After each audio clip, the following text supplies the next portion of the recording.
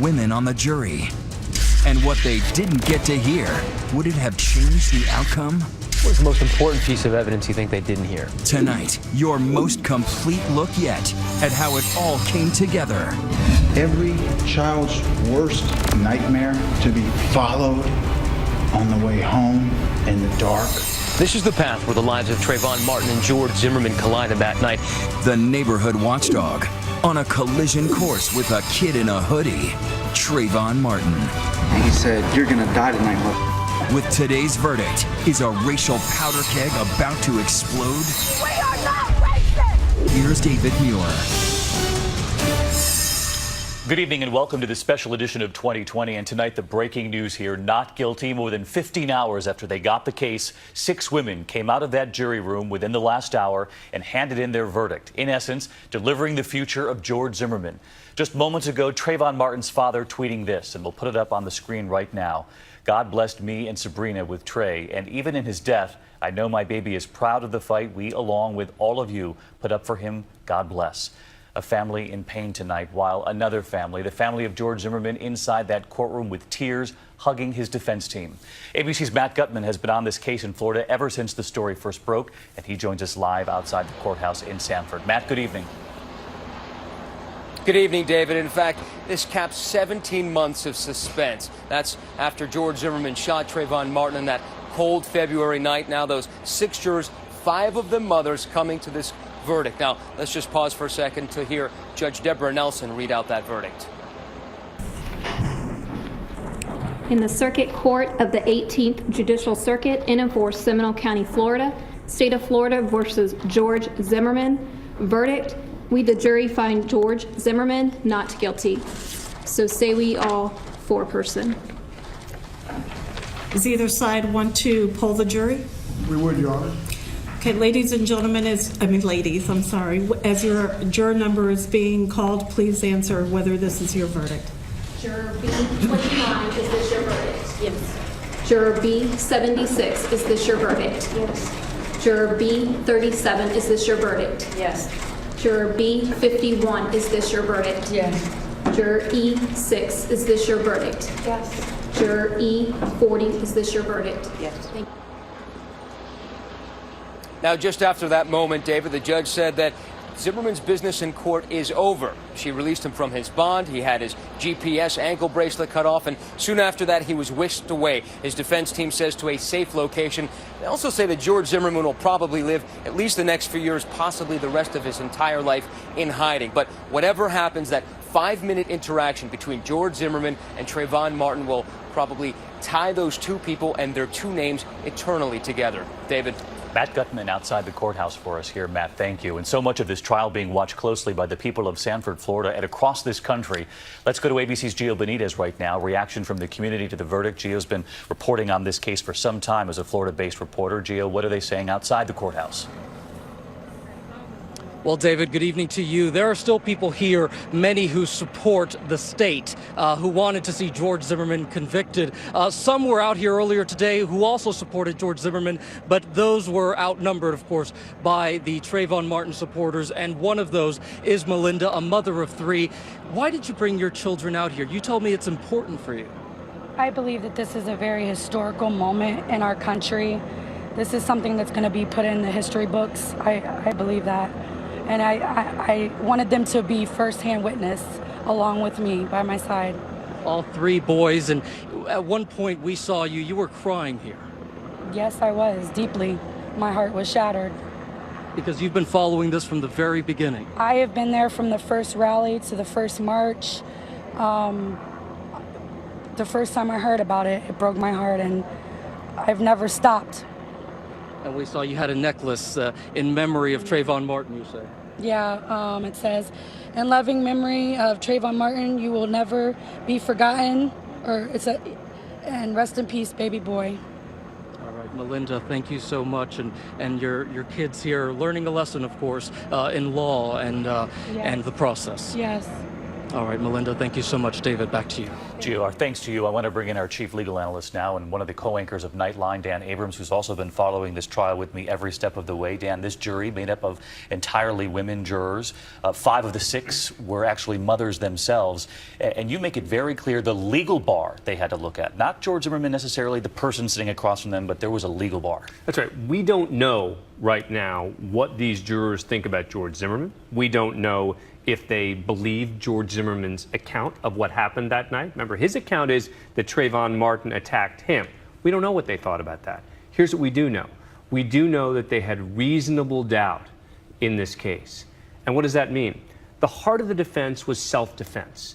George Zimmerman basically saying that in that moment that Trayvon Martin was shot, he reasonably believed that great bodily injury was about to be inflicted on him. Bottom line is, George Zimmerman's team argued he was on the bottom, Trayvon Martin was beating him, and at the moment that he shot him, that it was at that very moment that he reasonably believed that great bodily injury would be inflicted on him. We don't know if the jurors believed it. We do know that they had reasonable doubt, at the very least. I'll be very interested to hear from them as to exactly what they thought about it. But so much of this case was made of that 911 call, the screams on the tape, the 14 screams, and who the juror would believe ultimately was behind those screams. And also the 911 operator who said, are you following him? We don't need you to do that. Does that factor into this, or does it come down to whether or not they thought at that particular moment George Zimmerman feared for his life? The prosecution tried to make this about who initiated the altercation. The prosecution argued that it was clear that Trayvon Martin was stalked by George Zimmerman. Zimmerman's team completely disputes that notion. But as a legal matter, that may not even matter. As a legal matter, the most important question, and maybe the only question, is what happened at that very moment when George Zimmerman shot Trayvon Martin. What was going on in George Zimmerman's mind? Would that be considered self-defense, and at the least, was it reasonable doubt? Because that's the big question. These jurors, at the very least, had reasonable doubt about self-defense. Which is why it's going to be fascinating, Dan, to hear what these jurors have to say about the family of Trayvon Martin and, of course, about George Zimmerman. In the meantime, we knew of that question late in the day. They'd been deliberating all day today. They asked the judge for instructions again on manslaughter, which, of course, was just beneath second-degree murder. The judge responded and said, you need to be more specific than that with your question, and then they never followed up with a question. Well, as you and I talked about when that question came out, I thought that should make the defense team nervous. Why? Because it meant that at the very least they were very seriously considering manslaughter. And as a technical legal matter, I have always believed that this is a very tough case for prosecutors. The minute I heard these jurors are seriously considering manslaughter, I thought, whoa, this defense team's got to be concerned about that.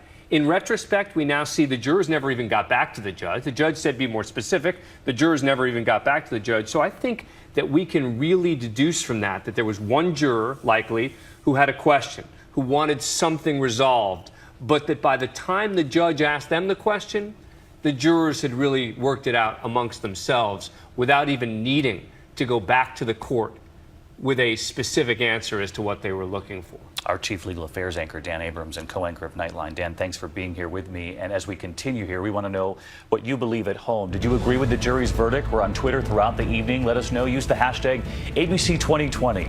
And when we come back here tonight, we're going to put you in the jury box. We'll show you exactly what they saw and heard in that courtroom for 3 weeks. Stay with us. 2020 continues with the George Zimmerman trial verdict. Once again, David Muir. Of course, we'll have to wait and find out from those 6 women on the jury about what made up their minds for the verdict they delivered. But how would you have interpreted the evidence, those 14 screams in that 40 minutes? With George Zimmerman deciding not to take the stand, all we had was 2 teams of impassioned lawyers battling it out. The defense on behalf of the Zimmerman family and Trayvon Martin's family with those prosecutors. Here's a look tonight at how they did it. Once again, Matt Gutman. Your verdict finding George Zimmerman either guilty or not guilty must be unanimous. The jury's long-awaited decision came after a tense 3-week trial filled with courtroom fireworks. He automatically assumed that Trayvon Martin was a criminal. The impossibly long hours and short tempers. Judge, I'm not physically able to keep up this pace. And even the judge storming out on legal teams. Finally, an answer to the burning question, why did George Zimmerman kill Trayvon Martin? Was it murder, manslaughter, or self-defense? The tale of how Martin and Zimmerman's paths fatally collided started here in Sanford, Florida, a small bedroom community on the fringe of the world's happiest city, Orlando. But it's a long way from the theme park crowds on a raw February night inside this gated Sanford community. This guy looks like he's up to no good, or he's on drugs or something. That's the voice of George Zimmerman, and the guy he's talking about is Trayvon Martin, earlier seen buying an Arizona drink and Skittles at a 7-Eleven.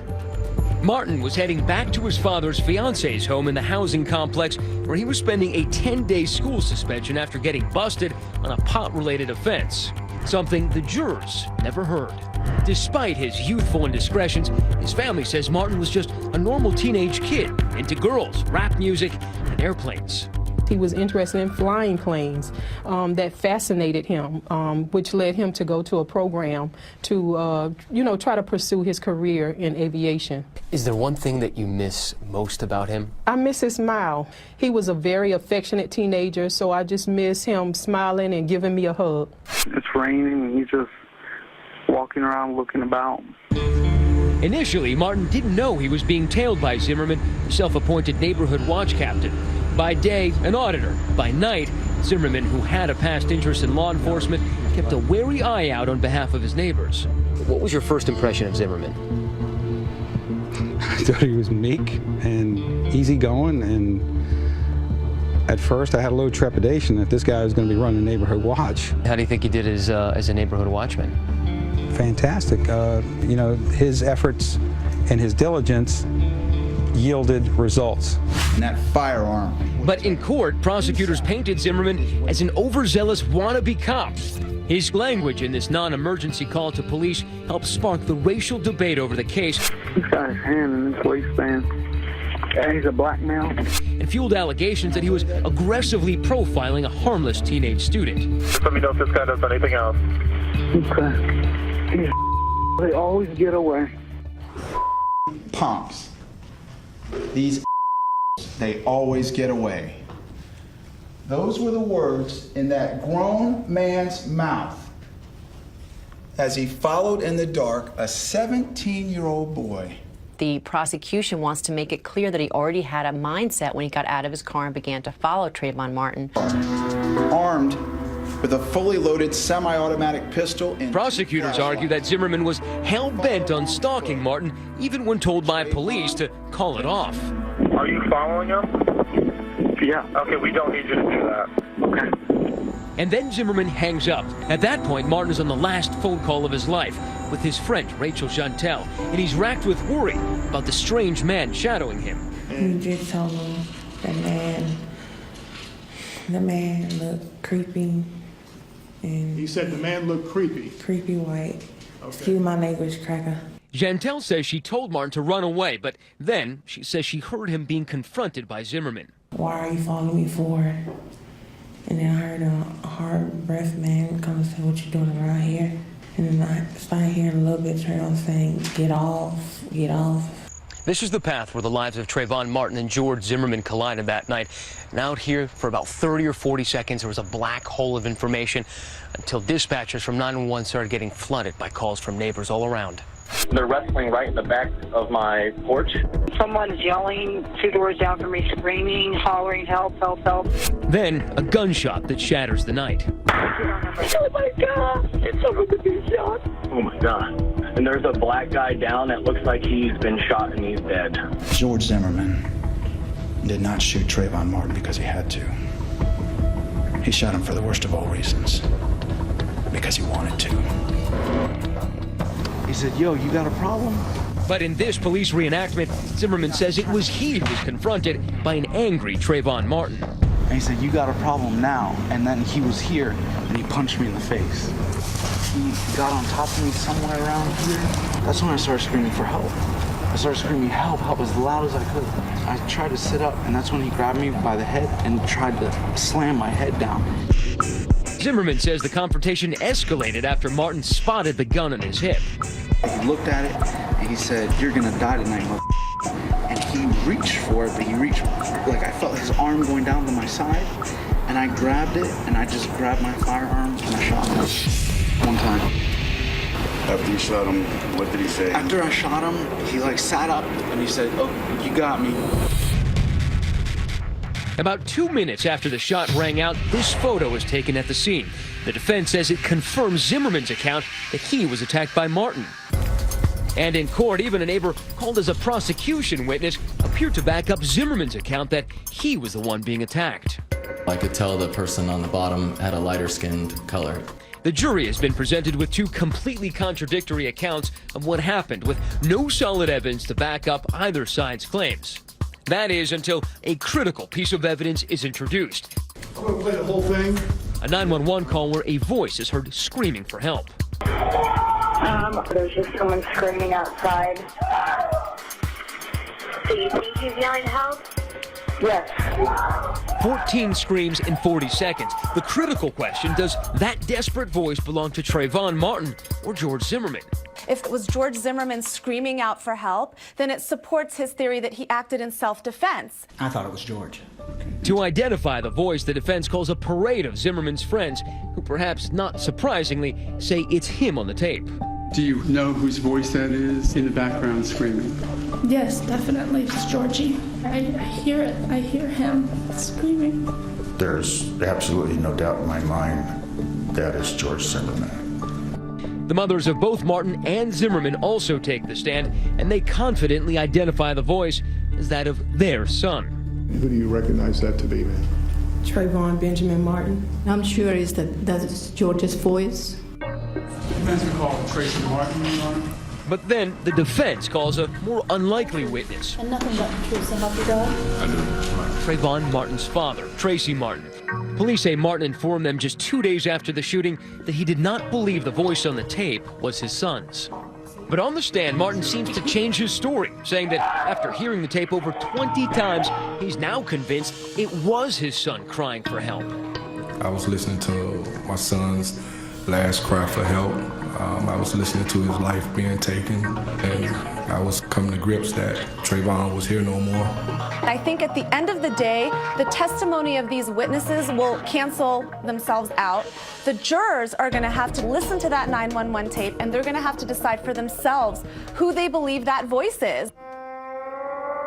And the only person who knows exactly what happened that night, The defendant, George Zimmerman, decided not to testify in his own defense.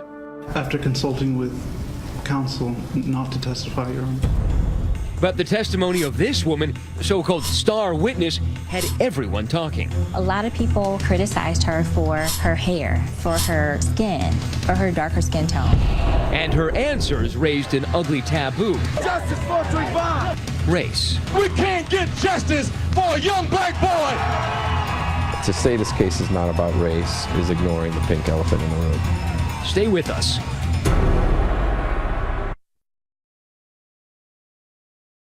No justice, no peace. Some of the signs outside that Sanford, Florida courtroom at this hour. You're watching a special edition of 2020. George Zimmerman found not guilty in the murder of Trayvon Martin. And this tweet moments ago from Trayvon Martin's mother. Lord, during my darkest hour, I lean on you. You are all that I have. At the end of the day, God is still in control. Thank you all for your prayers and support. I will love you forever, Trayvon, in the name of Jesus. The phrase racial profiling was not used in court, but it did come up for so many people across this country who watched the trial so closely. So did race play a role in what happened that night? Once again tonight, Matt Gutman. Rachel Gentile was the state's star witness. She was supposed to spellbind the jury with details of her phone call with Trayvon Martin just moments before he was killed. Then she opened her mouth. That's real retarded, sir. That's real retarded to do that, sir. 19 years old and just entering her senior year, Gentile was pitted against savvy trial lawyers who kept her floundering on the witness stand for 7 hours. Are you claiming in any way that you don't understand English? I understand you. I understand you. I do understand English. This was the moment that people were waiting for, to hear this star witness, if you will, and it turned out to be something very, very different. It ended up not being about Trayvon and ended up being more about her. Jantel was not only vilified, this professor says she was mammified. Tell me what you mean by the mammification of Rachel Jantel. A lot of people came out and criticized her for her hair, for her dark skin, her darker skin tone, for being overweight. And when she thought she was out, they brought her back in. I think we should plan on at least a couple of hours. What? Excuse me, speak quiet. Most of what Jantel was supposed to say got lost in how she said it. At that point, did you know anything more about the case? No. Race surfaced again when Jantel said Martin referred to George Zimmerman as a creepy ass cracker. Please sit down. The defense team jumped on that, suggesting it was Martin who had done the profiling. With Jantel, race, a sideshow before, became the main attraction. To say this case is not about race is ignoring the pink elephant in the room. This case is about race. Shortly after the bullet left Zimmerman's gun, race became the flashpoint, but the wheels of justice in Sanford were turning at glacial speed. We want arrest! Shot in the chest!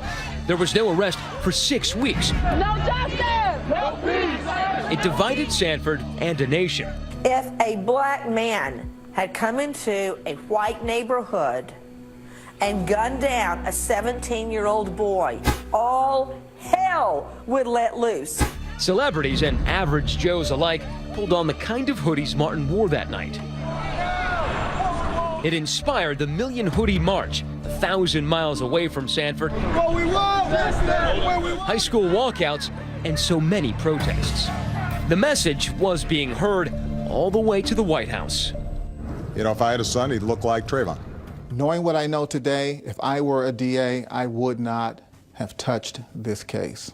Christopher Darden, famous for prosecuting O.J. Simpson, knows firsthand how race can influence a murder trial. Do you think that the issue of race could actually affect the way the jurors decide the verdict? People say all the time, all around, everywhere I go, if he wasn't black, he wouldn't have followed him. If he wasn't black, he wouldn't have gotten out of his vehicle. If he wasn't black, he wouldn't have confronted him. Okay, this guy, is he white, black, or Hispanic? He looks black. Zimmerman was only responding to a direct question from the police dispatcher, but those 3 words stung many. Gracious God, our Heavenly Father, we lift up this case to you because you, Father God, know exactly what happened that night. Here at the AME Allen Church in Sanford, churchgoers say publicly what many feel privately. I can assure you unequivocally, if I, being a black man, had killed a 17-year-old white boy under the conditions that boy was murdered, I've been in jail, probably doing time now. I'm just calling it like it is. About a third of Sanford's 54,000 residents are black. As the trial gripped their community, some church members began speaking out about an unholy topic. Until we become honest about the divide that exists in this community, there will be no getting better. Still, this little church dreamed big, the laundry list of prayers to be answered. First thing we asked for was the arrest. Then we asked for the chief of police to be fired, and we did get an African-American black chief. That was our heart's desire. Divine intervention? Perhaps, but it was the city manager's intervention that fired the old police chief and hired Cecil Smith. Think you were hired because you're African American? I think I was hired for my qualifications. Smith will attempt to play top cop, mediator, and peacemaker all at the same time. There's been essentially a separation between the two races for quite some time. And our goal right now, at least for police chief, is to try to bridge that gap. In closing arguments and speaking to the all-female jury, all but one of whom are white, prosecutor Bernie Della Rianda invoked Martin Luther King's I Have a Dream speech as he tried to do damage control on Rachel Jantel's testimony. I had a dream that today a witness would be judged not on the color of her personality, but on the content of her testimony. George Zimmerman, the man charged with second-degree murder of Folks in Sanford are well aware the nation is watching. It turned out to a big week in the George Zimmerman trial. The trial broadcast wall-to-wall on TV. Is it a race case? Yes, because we've all interjected race into it. Those civil rights activists and the media. You helped to make this a race case. At the most racially charged trial in memory, TV cameras have also spotted Shauna Lloyd. This 34-year-old African-American law student works for the defense as a law clerk, which means by extension, she works for George Zimmerman. The jaded will say she is nothing more than a legal prop. You sit there every day, you look at George Zimmerman sitting right next to you. How do you feel about him? I feel bad for George. I think it's very unfortunate that Trayvon Martin lost his life, because loss of life is always unfortunate. But I think that George is also fighting for a life that probably will never be the same, but it's still his. Do you think of George Zimmerman as a topic differently than you think of George Zimmerman the person? Absolutely. Have other people asked you about her? Yeah, some have asked, is she there because of her race? And, the answer is pretty easy, no. Another example of the case that's all about race, despite the word rarely mentioned in court. Racism has been the elephant in the room in the trial, but never overtly mentioned. It's the sort of ultimate personification of how race plays itself out in our society today. You don't really know. And you can't really put your finger on it. But you feel it, right? If you're on the receiving end of that, you feel it. Are you claiming in any way that you don't understand English? Even before the verdict was read, it was all hands on deck. What percentage of your police force is going to be ready in anticipation of whatever happens? Our entire police department. Everybody. There's no vacations, there's no furloughs. Just yesterday, the family of George Zimmerman released a statement saying the judicial system has run its course. Pray for justice, pray for peace, pray for our country. Next, the city of Sanford, gripped by fear. Death threats, anonymous phone calls, and their mayor, whose family is a target. He looks absolutely terrified. Chaos and casualties, even before the verdict. Coming up.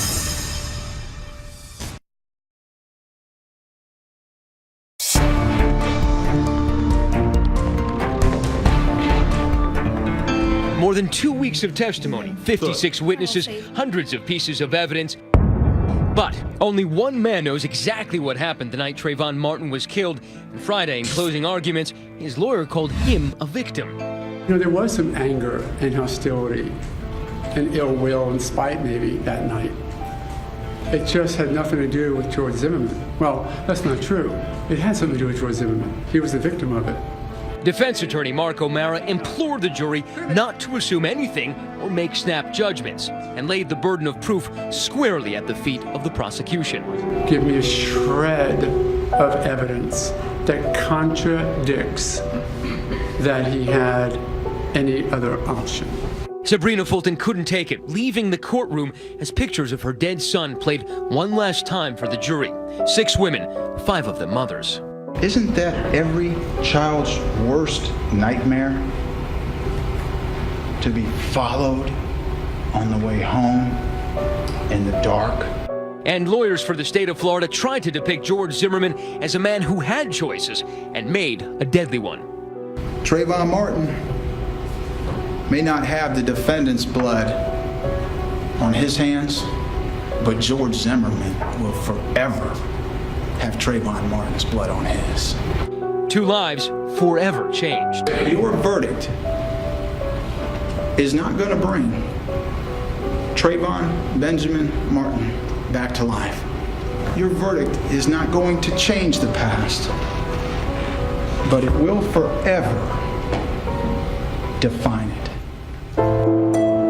And as the nation is about to turn its attention away from this tiny community, one person is left to pick up the pieces. A guy lost his life. Another guy shot him. When you pull that trigger, no matter what's going on, your life has changed. Whether you go to jail or don't go to jail, your life is totally different.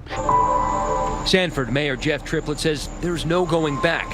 Still, he's preserved every moment of this tragedy. I mean, this is really like a little sliver of history. It's a scrapbook of a city turned upside down. Faded clippings of memories still fresh. Son looks terrified there. He looks absolutely terrified as to what's happening. Shot in the chest. We want arrest. the innocence of the children watching all this and trying to understand what's going on. Here in Sanford, being mayor is only a part-time job, but keeping the city safe amid nasty emails, anonymous phone calls, even death threats became a full-time occupation. It was a lot of pressure, and I don't care if you're the mayor of New York City or the mayor of Sanford, Florida. There's no way you can truly be prepared for it. Whereas Trayvon Martin lost his life, others lost their livelihoods. Police Chief Bill Lee, a 30-year veteran, was fired.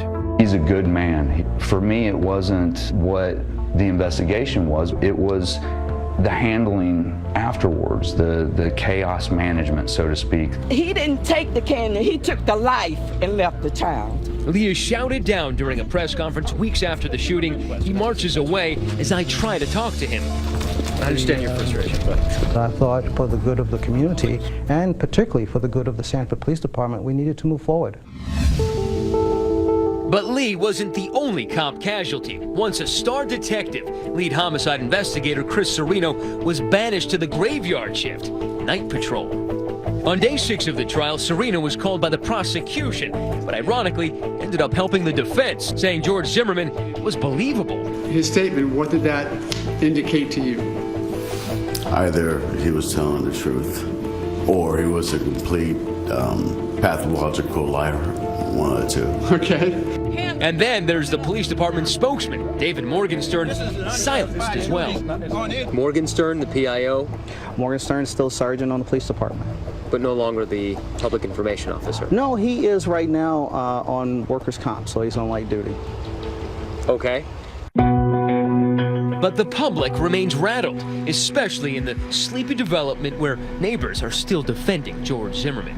Matt, he had these. They may have fought, but he has just the same right for self-defense as George Zimmerman did. He had these, okay? You'll never convince Frank Taffy that George Zimmerman did anything wrong that night. 16 months ago, you'd never been on TV. Now you're on TV 3 times a day. Everybody has 15 minutes of fame. Mine's on a loop, Matt. But fame has had its price, especially for those who never asked for it. You have Jonathan Good that actually saw the fight. You have Jeremy and Jenna who made the 911 calls. You got the Manolos. You got Selma. You have Celine. You have Serdaika. All these people are casualties of this tragedy. Lives destroyed, careers ended, a city ripped apart by the greatest casualty of all, the death of 17-year-old Trayvon Martin. Jeff Triplett, the mayor, now more of a custodian, trying to piece a broken city back together. You apologize and you try to make things better. You know, that's all you can do is try to. You can't change the past. You cannot change it, but by God, you can walk through it and try to make it better.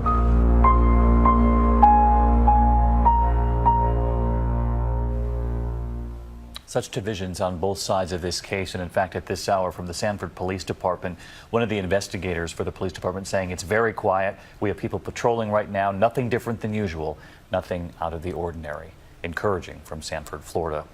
When we come back on 2020, what the jury didn't get to hear, would it have made a difference in their verdict? We want you to hear it. You decide when we come back.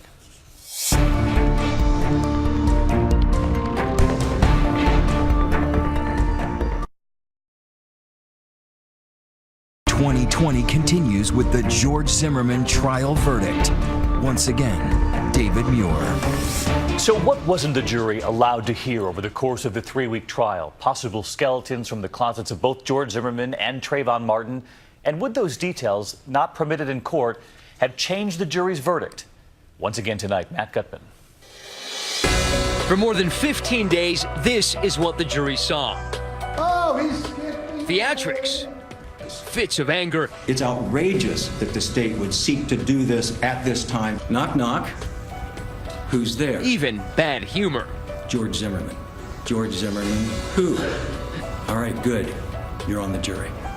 But what didn't those 6 female jurors hear, and why? The judge excluded a number of negative personal items about Trayvon Martin.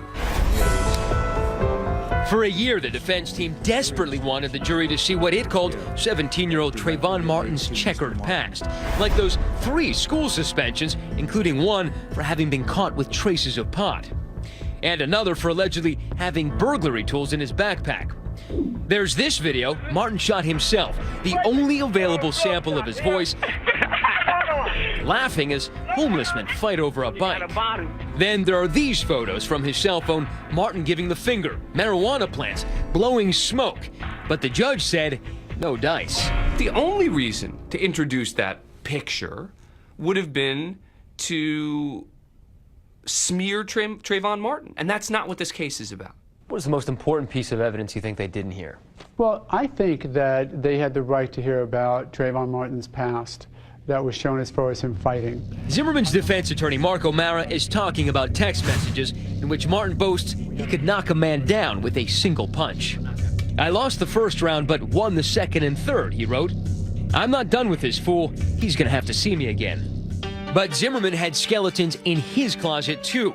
Eventually, prosecutors would lose their bid to introduce a prior accusation of domestic violence.